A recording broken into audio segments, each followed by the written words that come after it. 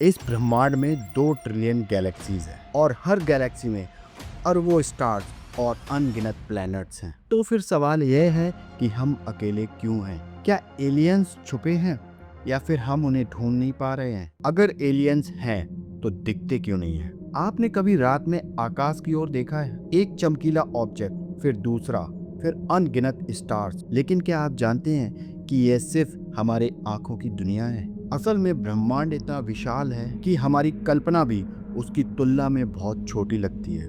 ब्रह्मांड में अनुमानत 2 ट्रिलियन तक गैलेक्सीज हैं, यानी कि लाखों करोड़ों गैलेक्सियों का समूह। और हर गैलेक्सी में लगभग 100 से 400 अरब जैसे हमारे सूरज मौजूद हैं। साइंटिस्ट का कहना है कि ऑब्जर्वेबल यूनिवर्स में स्टार्स की संख्या 10 टू दी पावर 22 से 10 टू दी पावर 24 तक हो सकती है। यानी कि हमारा ब्रह्मांड इतने स्टार्स से भरा पड़ा है कि हर समुद्र तट पर, हर रेत के कण पर हजारों स्टार्स मिल सकते हैं। मतलब इतने सारे स्टार्स, इतने सारे संभावित प्लैनेट्स, और फिर भी हम अकेले क्यों लगते हैं? इसी मिस्ट्री का नाम है फर्मी पैराडॉक्स। फर्मी पैराडॉक्स एक साइंटिफिक क्वेश्चन है कि अगर ब्रह्मांड में जीवन बहुत ही ज्यादा पॉसिबल है तो हम एलियंस को क्यों नहीं देखते हैं? इसका नाम एक famous physician scientist Enrico Fermi के नाम पर पड़ा, जिन्होंने 1950 में पूछा था कि वेयर इज एवरीबॉडी, यानी कि सब लोग कहाँ हैं? उनका तर्क बहुत सरल था। इतनी सारी गैलेक्सीज, इतने स्टार्स के आसपास प्लैनेट्स और इतना समय,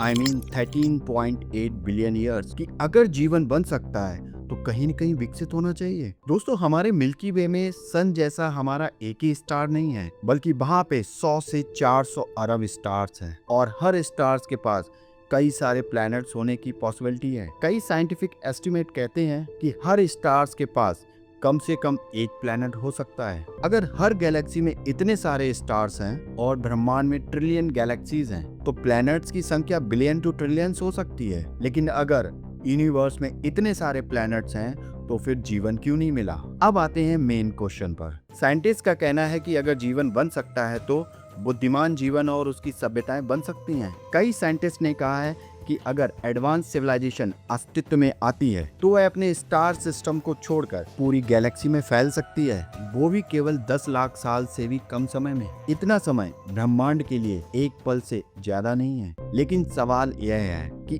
अब तक ना हमें किसी और सिविलाइजेशन की आवाज मिली, ना कोई संकेत और ना कोई ठोस सबूत, बस मिली तो खामोशी। और यहीं से जन्म लेता है सबसे डरावना सवाल, क्या हम सच में अकेले हैं या फिर हम कुछ समझ ही नहीं पा रहे हैं? तो फिर एलियंस हैं या नहीं? अकॉर्डिंग टू साइंटिस्ट इसकी 3 मेन वजह हो सकती है, जिसमें सबसे पहली वजह है कि हम सही ढंग से खोज नहीं रहे हैं। सच यह है कि हमने अभी तक सिर्फ ब्रह्मांड का सबसे छोटा हिस्सा देखा है। सेटी जैसे साइंटिफिक प्रयास हैं, लेकिन वे शुरुआत में हैं और केवल कुछ संकेतों को ही तलाश रहे हैं। इसका मतलब शायद संकेत हैं पर हम उन्हें पकड़ नहीं पा रहे हैं। वहीं दूसरी वजह है दूरी और समय की विशालता। हमारा ब्रह्मांड इतना बड़ा है कि यहाँ पर दूरी एक दुश्मन बन जाती है। यहाँ पर ट्रांसपोर्ट और संकेतों का पहुँच पाना बहुत ही ज्यादा मुश्किल है। अगर कोई सिविलाइजेशन हमसे लाखों लाइट ईयर्स दूर है तो उनका भेजा गया मैसेज हमें मिलने में भी लाखों साल लगेंगे। शायद वो थे या हैं, पर समय ने हमको अलग कर दिया। वहीं अब तीसरी वजह की बात करें तो वो है ग्रेट फिल्टर या रेयर अर्थ हाइपोथेसिस। कुछ साइंटिस्ट ऐसे भी मानते हैं कि जीवन या बुद्धिमान जीवन का बनना बहुत कठिन हो सकता है। जैसे जैसे जीवन विकसित होता है, शायद मैक्सिमम एडवांस्ड सिविलाइजेशन खुद पे खुद नष्ट हो जाती हैं। टेक्नोलॉजी, वॉर या रिसोर्सेज की लड़ाई में, या फिर बहुत ही ज्यादा कम पैदा होती हैं। एक दूसरी सोच ये है कि शायद हम सही ढंग से दूर तक खोज नहीं रहे हैं। शायद हमारे पास टेक्नोलॉजी अभी पर्याप्त नहीं है। वहीं कुछ और भी दिलचस्प थ्योरीज हैं, जू hypothesis and dark forest hypothesis, जो कि एलियंस यूनिवर्स में जीवन के होने की पॉसिबिलिटीज को बताती हैं। जिसमें अकॉर्डिंग टू जू हाइपोथेसिस कुछ लोग मानते हैं कि एडवांस्ड सिविलाइजेशन हमें जानबूझकर नहीं देखती। अब जरा सोचिए, यही चीज हमारे साथ हो रही हो तो? वहीं जू हाइपोथेसिस कहती है कि ब्रह्मांड में मौजूद एडवांस सिविलाइजेशन हमें देख तो रही हैं, लेकिन जानबूझकर खुद को छिपाए हुए हैं। जैसे कि ओशियन में डॉल्फिन कभी इंसानों को नहीं परेशान करती है, वैसे ही वो एडवांस सिविलाइजेशन हमारी नेचुरल प्रगति में दखल नहीं देना चाहती हैं।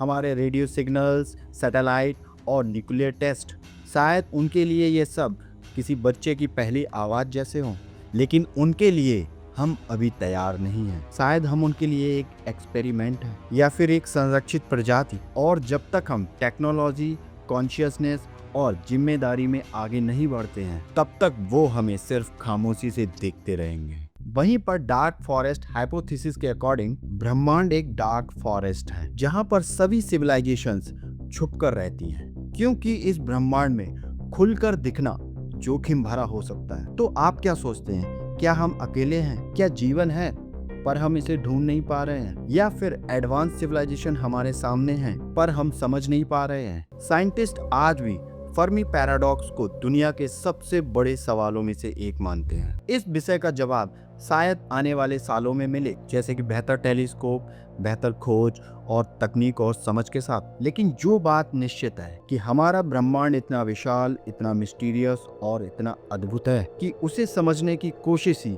अपने आप में एक जर्नी बन जाती है। शायद जवाब मिले या ना मिले, लेकिन सवाल पूछना हमें स्टार्स के और करीब ले जाता है, और यही रोमांच है। जरा रुकिए, अगर मैं आपसे कहूं कि इस वक्त आप थर्ड नहीं बल्कि फोर्थ डायमेंशन में हैं, लेकिन आप फोर्थ डायमेंशन को देख नहीं सकते, तो क्या आप यकीन करेंगे? आज हम बात करेंगे फोर्थ डायमेंशन की, एक ऐसा डायमेंशन जिसे साइंटिस्ट मानते हैं, मैथमेटिक्स प्रूव करता है, लेकिन इंसान कभी देख नहीं पाया। तो आखिर डायमेंशन होता क्या है? वीडियो को छोड़ना मत, क्योंकि आगे जो है वो आपकी सोच को बदल देगा। इस वीडियो की लिंक डिस्क्रिप्शन बॉक्स में है, वो जरूर देखिए। यकीन मानिए ये कहानी आपको हैरान कर देगी। तो दोस्तों, अब आपकी बारी है कि आप क्या सोचते हैं? क्या हम इस ब्रह्मांड में अकेले हैं या कहीं कोई हमें भी देख रहा है? नीचे कमेंट में जरूर बताएं। तो दोस्तों, अगर आपको ऐसे मिस्टीरियस, डार्क हिस्ट्री और साइंस बेस्ड वीडियो पसंद है तो वीडियो को लाइक करें, दोस्तों के साथ शेयर करें और चैनल को सब्सक्राइब करना बिल्कुल ना भूलें। तो जल्द मिलते हैं नेक्स्ट वीडियो में।